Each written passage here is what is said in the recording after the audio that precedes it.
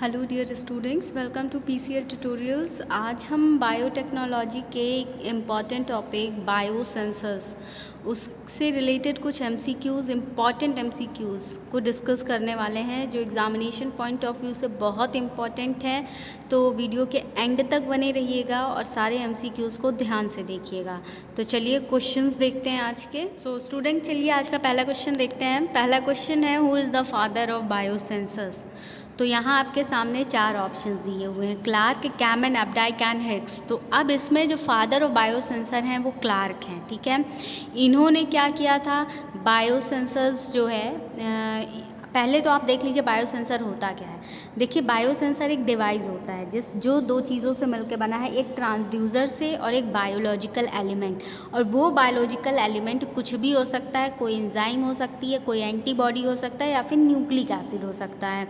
ये biological element क्या करता है, उस एनालाइट से रिएक्ट करता है जिसमें हमें जो है अपना कॉन्सेंट्रेशन ऑफ किसी चीज़ का ऑक्सीजन का डिटरमाइन करता है, ठीक है। जिस एलिमेंट को हमें टेस्ट करना है उसे हम एनालाइट कह रहे हैं, ओके। तो बायो एलिमेंट उसी एनालाइट से रिएक्ट करता है और ट्रांसड्यूसर क्या करता है कि जो सिग्नल प्रोड्यूस होते हैं ना इस रिएक्शन के दौरान, उसको इलेक्ट्रिकल फॉर्म में कन्वर्ट करके हमें सामने दिखाता है, ठीक है। तो इसको डिफरेंट नामों से भी जाना जाता है, immuno sensor, optrodes, resonant mirrors, chemical canaries, biochips, glucometers and biocomputers. तो क्लार्क ने क्या किया था, इन्होंने सबसे पहले प्लैटिनम इलेक्ट्रोड्स को यूज़ करके ऑक्सीजन का कॉन्सेंट्रेशन डिटरमाइन किया था, ठीक। तो इसलिए इनको फादर ऑफ बायोसेंसर्स कहते हैं। नेक्स्ट क्वेश्चन है, who coined the word biosensor. देखिए वहाँ फादर थे, अब यहाँ किसने दिया, तो दिया किसने था, दिया था कैमन ने दिया था, okay. Next question, the first developed biosensor was use for the detection of. अभी इसके पहले ही आपको पता था कि किसने किया था, क्लार्क ने प्लैटिनम इलेक्ट्रोड से क्या किया था, ऑक्सीजन को एक कंसंट्रेशन डिटरमाइन किया था, ठीक है। इन्होंने क्या किया था कि इन्होंने ग्लूकोज ऑक्सीडेज एंजाइम होता है, उस एंजाइम को डायलिसिस मेम्ब्रेन में रैप करके प्लैटिनम इलेक्ट्रोड्स के बहुत ही पास रखा, ठीक है। अब जैसे जैसे सराउंडिंग में कॉन्सेंट्रेशन ऑक्सीजन का चेंज हो रहा था, वैसे वैसे ये ग्लूकोज ऑक्सीडेज एंजाइम अपना एक्टिविटी शो कर रहा था, ठीक है। तो अब इसमें क्या हुआ कि ये जो ग्लूकोज जो था सराउंडिंग में जो ग्लूकोज था, वो ग्लूकोज ऑक्सीडेज एंजाइम से रिएक्ट किया। अब जब वो ग्लूकोज ऑक्सीडेज एंजाइम से रिएक्शन हुई तो प्रोड्यूस हुआ ग्लूकोनिक एसिड और इलेक्ट्रॉन और प्रोटॉन्स प्रोड्यूस हो गए, ठीक है। तो मतलब रिडक्शन हुआ ऑफ ग्लूकोज ऑक्सीडेज एंजाइम। तो अब ये जो रिड्यूस्ड ग्लूकोज ऑक्सीडेज एंजाइम था, ये क्या किया, ये फर्दर जो इलेक्ट्रॉन प्रोड्यूस हुए थे, जो प्रोटॉन प्रोड्यूस हुए थे और जो आसपास में जो ऑक्सीजन है उससे रिएक्ट करके क्या बनाया, हाइड्रोजन परऑक्साइड बनाया, ठीक है। तो ये कहा गया, फिर क्या हुआ, फर्दर उन्होंने क्या बना दिया, ऑक्सीडाइज्ड जीओडी बना दिया, यानी कि जो अभी रिड्यूस हुआ था अब फिर से वो कैसा हो गया, ऑक्सीडाइज्ड फॉर्म में हो गया, ठीक है। तो फिर अब जब ऑक्सीडाइज्ड हो गया तो मतलब मोर एंजाइम जो है वो अब रिएक्शन के लिए अवेलेबल हो गया, फिर से प्रोसेस होगी। तो कहना क्या चाहते हैं कि जितना ज़्यादा ग्लूकोज होगा ना सराउंडिंग में, तो उतनी ही ज़्यादा ऑक्सीजन कंज्यूम होगी, और जितना कम ग्लूकोज होगा उतनी ही हाइड्रोजन परऑक्साइड प्रोड्यूस होगा, ठीक है। मतलब कहने का जितना ज़्यादा आपके जो एनालाइट है उसमें जितना ज़्यादा ग्लूकोज कंटेंट होगा उतनी ज़्यादा ऑक्सीजन कंज्यूम होगी, और जितना कम ग्लूकोज होगा उतना ज़्यादा हाइड्रोजन परऑक्साइड प्रोड्यूस होगा, ठीक है। इसका मतलब कि इंक्रीज इन हाइड्रोजन परऑक्साइड और decrease in oxygen can be measured to give an indication of glucose, ठीक है।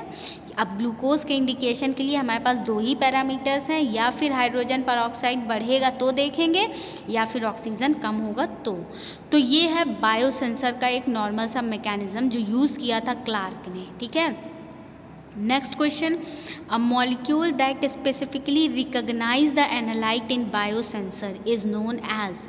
क्या कहते हैं उसको, is known as bio receptor, ठीक है, sorry. Next question, what is aptamer. तो एप्टामर क्या होता है, single strand DNA, single strand RNA, या फिर दोनों ही, या डबल स्ट्रैंड डीएनए। तो इसका जो करेक्ट आंसर है ना स्टूडेंट्स, वो है बोथ सिंगल स्ट्रैंडेड और double stranded DNA, sorry single stranded DNA और आरएनए, ठीक है। अब इस टर्म को जो है कॉइंड किसने किया था, एंडी एलिंगटन ने, ठीक है, एंडी एलिंगटन ने कॉइंड किया था।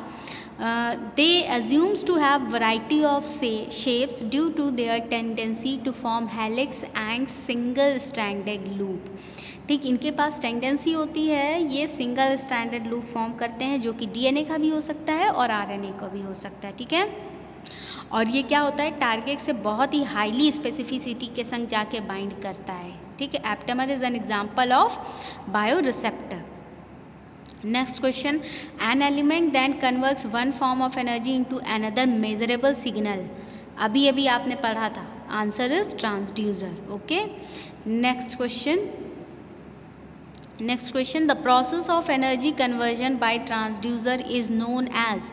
अब ट्रांसड्यूसर एनर्जी तो कन्वर्ट कर रहा है, लेकिन अब इस प्रोसेस को क्या कहते हैं, इस प्रोसेस को कहते हैं सिग्नलाइजेशन, क्योंकि वो हमें अल्टीमेटली सिग्नल ही दे रहा है कि सैंपल में कितना ग्लूकोज प्रेजेंट था।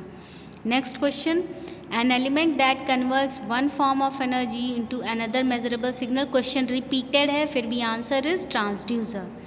Next question, same question is repeated, अब आपको आ जाना चाहिए, इसका आंसर है सिग्नलाइजेशन।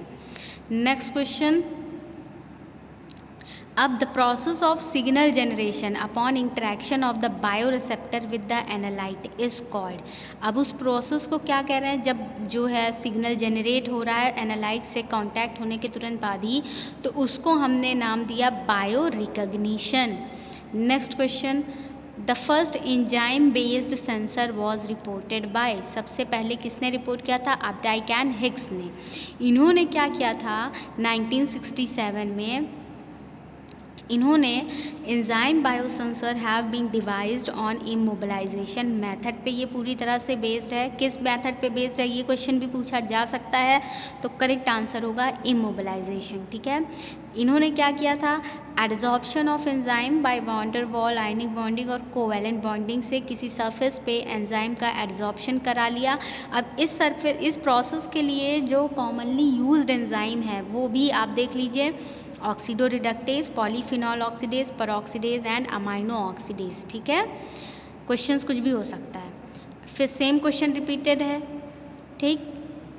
नेक्स्ट क्वेश्चन, फिर से सेम क्वेश्चन रिपीटेड आ गया।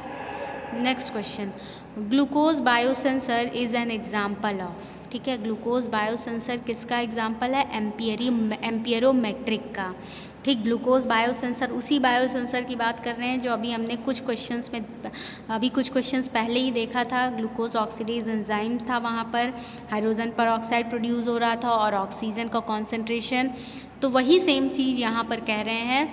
वो किस बायोसेंसर का एग्जाम्पल है, इज एन एम्पियरोमेट्रिक बायोसेंसर का एग्जाम्पल। सो स्टूडेंट्स, ये बायोसेंसर से रिलेटेड कुछ इंपॉर्टेंट MCQs क्वेश्चंस थे जो एग्जामिनेशन पॉइंट ऑफ व्यू से काफ़ी इंपॉर्टेंट हैं। तो अब अगले वीडियो में हम कुछ अगले इंपॉर्टेंट टॉपिक्स को डिस्कस करेंगे। टिल देन आप इस वीडियो को ध्यान से देखिए और सारे क्वेश्चंस को अच्छे से करिए। Thank you.